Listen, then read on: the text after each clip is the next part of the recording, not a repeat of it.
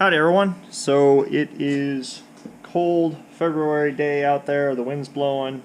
We're in the wood shop today, got the stove running, and we're continuing work on my case plow here. So right now I've got a model MTA case plow outside, and we're slowly working on different components on it. We're working on the Coulters right now, getting them restored to go back on the plow. I didn't get any footage taking them apart, but most people can typically take that kind of stuff apart. It's putting it back together and making sure everything's right that's the important part. So should be a video coming up before this where I've already started the restoration project. And actually, if we turn around here, we've got some of the components here. So we've got the two center hub pieces that basically clamp the Coulter blades together, and then we've got our two shank standards there with our cone caps, and those cone caps go in the hubs to hold them. And then down there are the factory Coulter blades. They're still 16 inches approximately in diameter, and they've got the original case part number on them, so I think they're original to the plow. They're still in good shape. I cleaned them up and we've oiled them. I'm not going to paint them because it's just going to get worn off anyways. So right now we're on the somewhat more difficult part of getting the yokes and our clamp assemblies cleaned up. And it's typically better if you have a sandblaster or something like that, or maybe some muriatic acid. You can soak them in. But I don't have that today, so we're just going to do a little bit of elbow grease and clean them up that way. So for those of you that don't know plows that much or Coulter assemblies, the bolt goes through here and basically clamps this down, and you put it in here before when you run your shank, your cylindrical portion down through, and you'll tighten this bolt down so that it holds the yoke in place. Because you don't want your yoke to be able to swing all the way around. You just want a very limited amount of motion, and that's what this is set for. So when you're plowing, if you're turning or your plow hits something, it can only go so far to the left or to the right.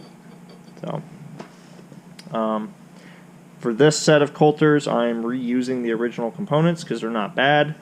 I do have a video, or maybe even a couple videos, on converting these over to Kinsey planter Coulter assemblies, which I recommend. But for this case, I'm just going to keep it cheap, keep it simple.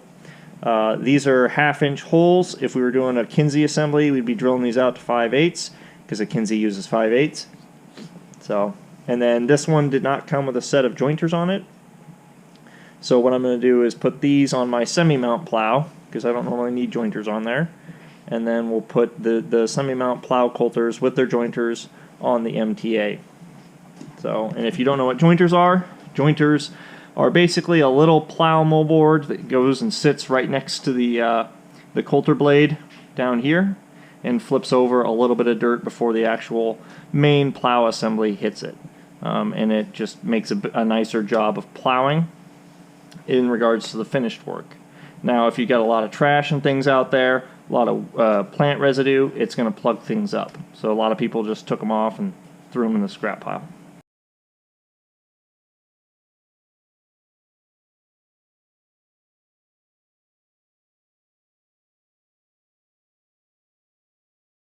Alright, the only thing we have left to do here is clean out the inside diameter and then where our bolt hole goes through. And this is the part where it'd be nice to have a sandblaster. You can just blow it all through there, but we'll get in there, and with a little bit of elbow grease we can hopefully get a lot of that out, and then we'll let the rest reformer take care of the most of it. The important part is in here because we need that to be kind of free so that we can actually get our spacing set right on our Coulter before we lock it down. So I'll do the other one, and then we'll start working on this. Again, this is also going to have to do a little hand brushing since we don't have a sandblast or anything to get the inside radiuses cleaned out, but we'll do what we can, and we'll save a lot of the elbow grease type stuff here for a little bit.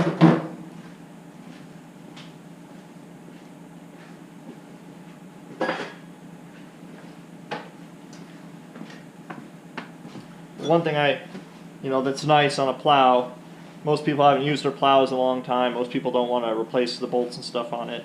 But there are a few bolts that are nice to have brand new on your plow, nice and squeaky clean so that they move easy, and it's primarily your Coulters, right? So all this stuff here, you want that to be kind of nice, new, clean, easy to adjust, easy to get set right. And then the ones that actually clamp it to the beam are the most important, because you'll be changing that based on your plowing conditions. A lot of people, if you want to do a good job, you gotta set your Coulters to the soil conditions, and they change over time and per field.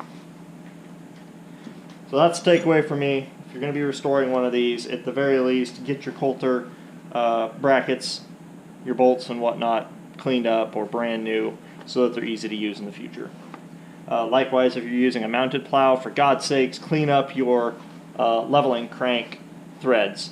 So many times I've used someone's tractor with a plow and their leveling links are seized up and rusty, and you're just stuck with a poorly performing plow because your equipment isn't working right. So clean those up as well. Clean your top link threads. You need to be able to adjust that plow in every way possible.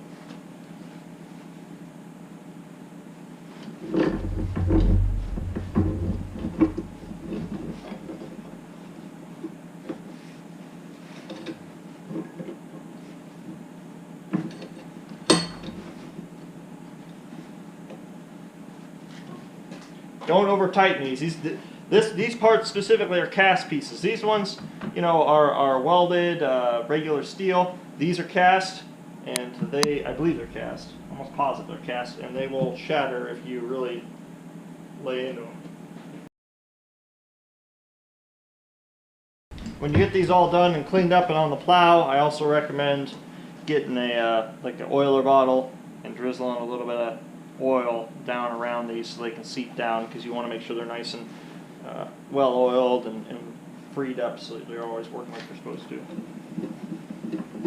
And that's not just the first time you use it, it's all the time. When you put it in storage for the year, and don't leave your plows outside, drizzle some oil down the collars on these, grease up or oil your moldboards or paint them if you want, and then put them inside. The manual's always specified, put them inside someplace dry. Don't leave them outside if you can help it.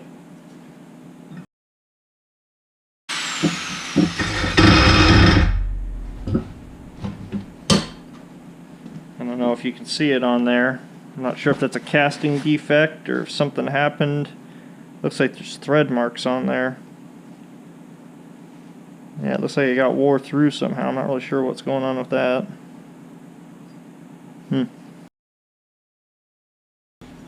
Alright, so we're done with the two collars here, the two locking collars, until we get to the elbow grease part. You can actually see there's still part numbers barely visible in there. 774, probably W774 since it's plow, I'm not sure. Alright, now for the little bit more difficult part.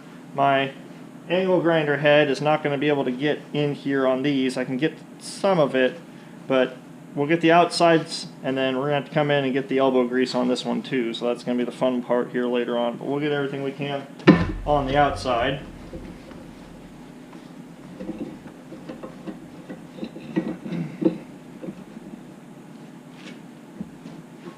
Now let's do it this way so you can at least see it. Not that it matters.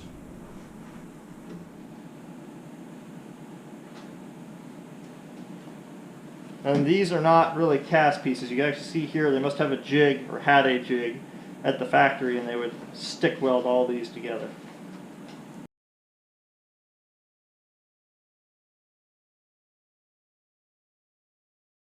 I'll show you here.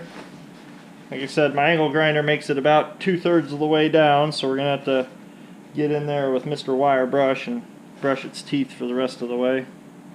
We'll get there.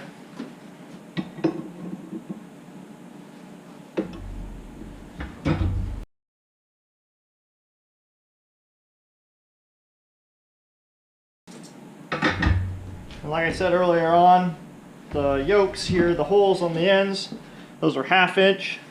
The bolts that go through them are fine thread from the factory. I am going to upgrade them to just coarse thread and then use either regular lock nuts or nylock nuts on here. People may want to put the original stuff back on or go replace it with original. If it was going to be museum quality, sure, but I like the modern components for it. And then if you were probably going to do this like the old days, where you're out doing hundreds and hundreds, if not more acres, you might want to get something more than the lock nuts. But for what I do with it, they stay on there. I haven't had any issues with it, and I'm going to keep using them.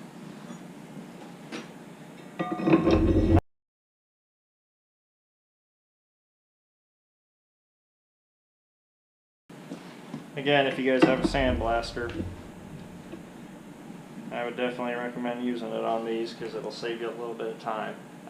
I've brushed on muriatic acid. I've soaked these in a bath of muriatic acid, and that helps.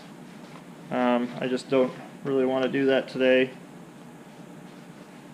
And a lot of people probably don't want to. And you don't need to. With a little bit of elbow grease, a little bit of time, you can get these squared away and set up nice and good.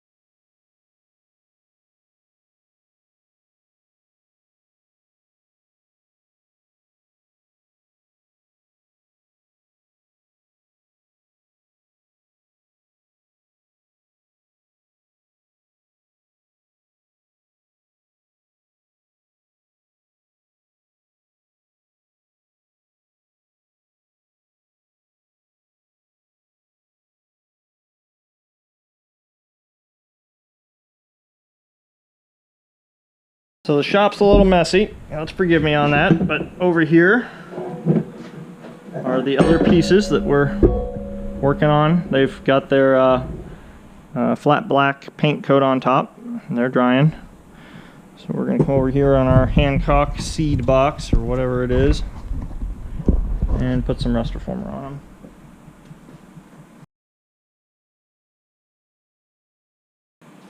I need a Lazy Susan. If you guys want a really good painting stand, go to the store and get an ironing board. You want one with the mesh in it, not a flat wood one or anything like that. You want to get an ironing board with the flat stamped steel mesh on it, pull the cover off, and then you can put stuff like this on top of it. It is the perfect painting stand, right? That's my little trick for you for today. But I don't have that in here right now, so we're just going to use a cardboard box.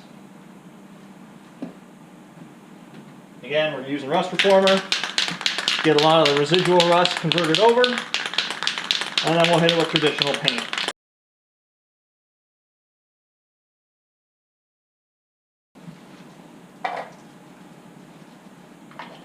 We'll let those dry for a little bit, and then I'll flip them over and we'll hit them on the other side, and then we'll keep on moving.